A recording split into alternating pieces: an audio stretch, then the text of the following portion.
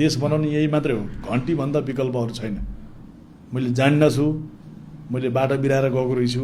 सुरुमा सल्लाह भयो अर्को सामाजिक र मेरो सल्लाह भएपछि यो पार्टीको नाम के राख्दा ठिक हुन्छ भन्दाखेरि अब म त अलिकति होइन, अनि यसको अलिकति जोखाना हेरेर राम्रोसँगले चाहिँ चारैतिर यो चिना हेर्दा पनि त्यो त हुन्छ नि, ज्योतिष विद्वानहरूलाई गएर हेर्दा पनि अनि यो श्रम संस्कृति पार्टी नाम राख्दा, पार्टीको नाम चाहिँ श्रम संस्कृति राख्दा राम्रो हुन्छ भनेर त्यो मेरै पहलबाट चाहिँ भएको।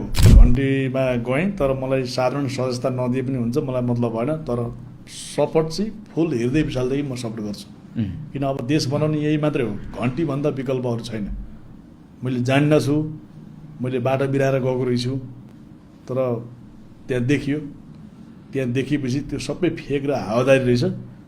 यो हावादारी पछि लाग्नुहुन्न, यो मान्छे हावादारी पछि लाग्यो भने बहुलाइन छ भनेर चाहिँ म स्पष्ट बिचमा ट्याक्क लाएर चाहिँ म यता बिचमा बहुला सङ्गत गरेर चाहिँ अलि बहुलाइँदो रहेछ। पाटनतिर जाओ दबाई खान पनि त्यहाँ धेरैले भन्थे त्यस्तो मानसिक